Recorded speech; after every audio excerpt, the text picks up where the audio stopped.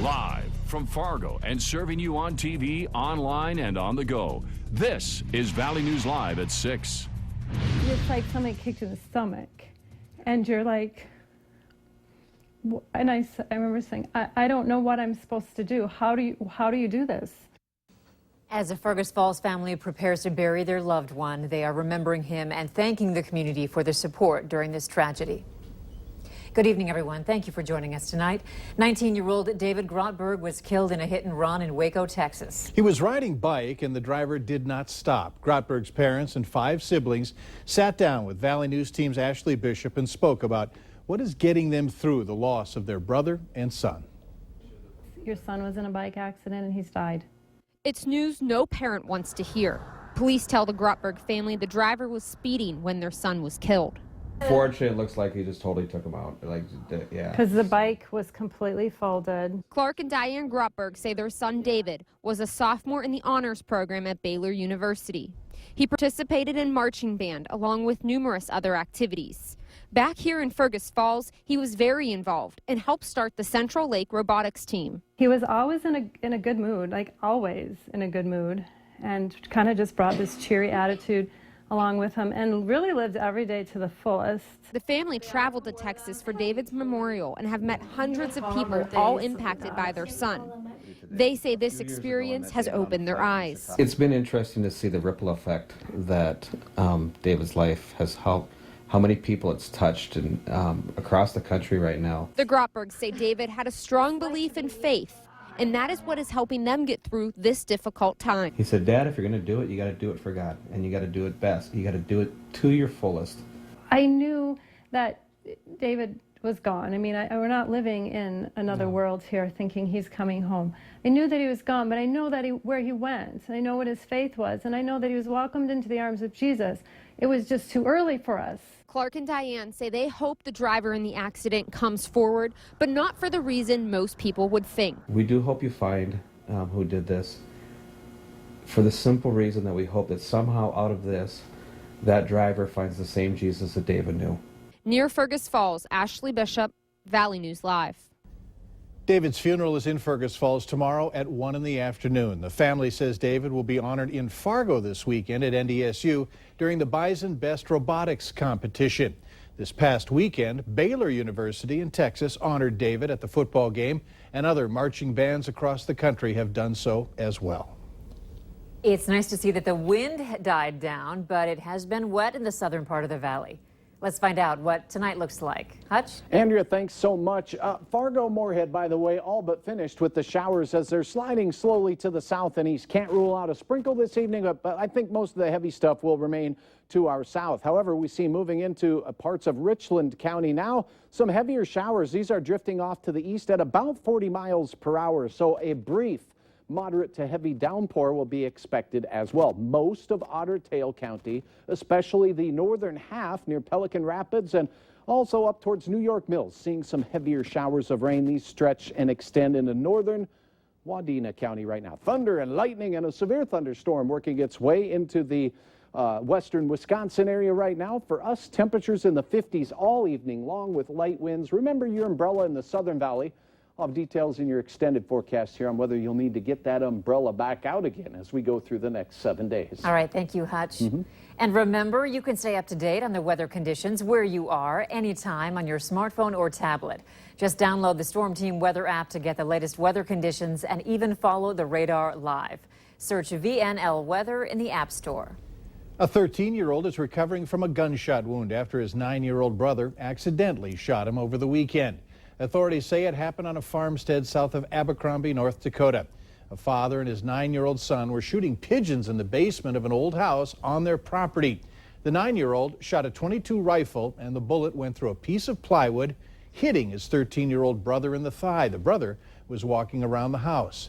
He was treated and released at Essentia Hospital. Now, the North Dakota Game and Fish and Richland County Sheriff's Office are investigating.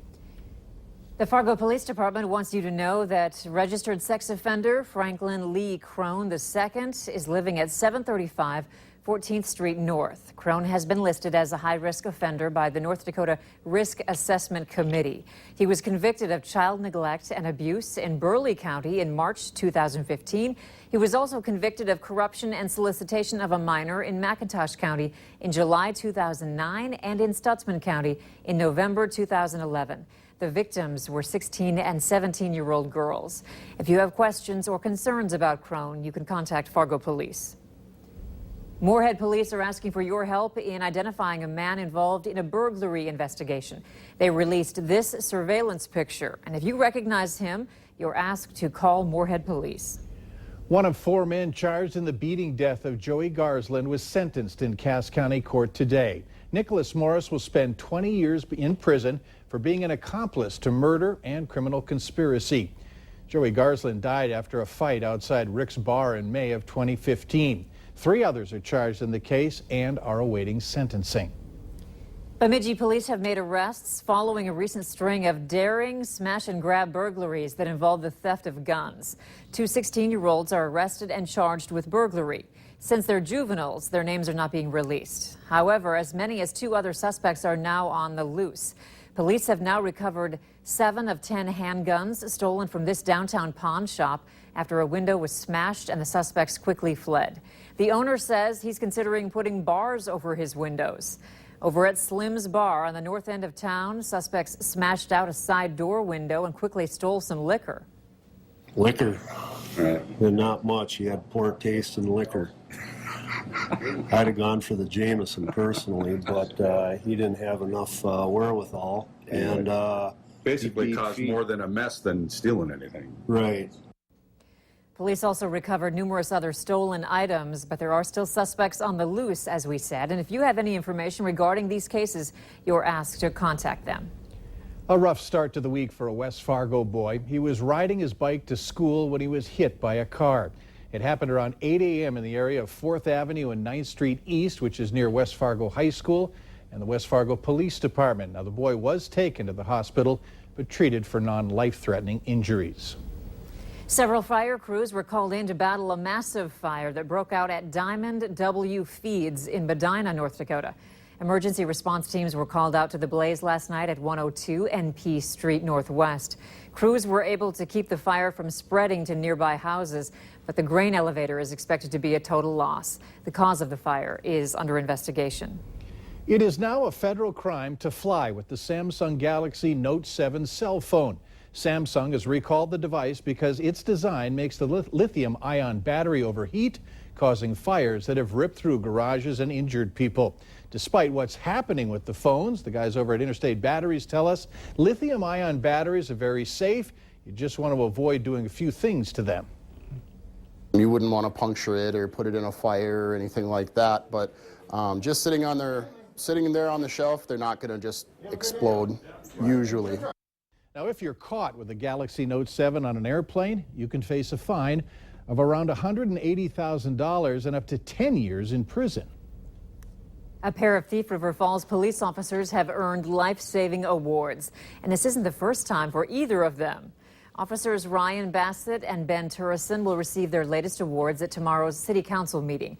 Last month, the two responded to the call of an unresponsive man at a Thief River motel.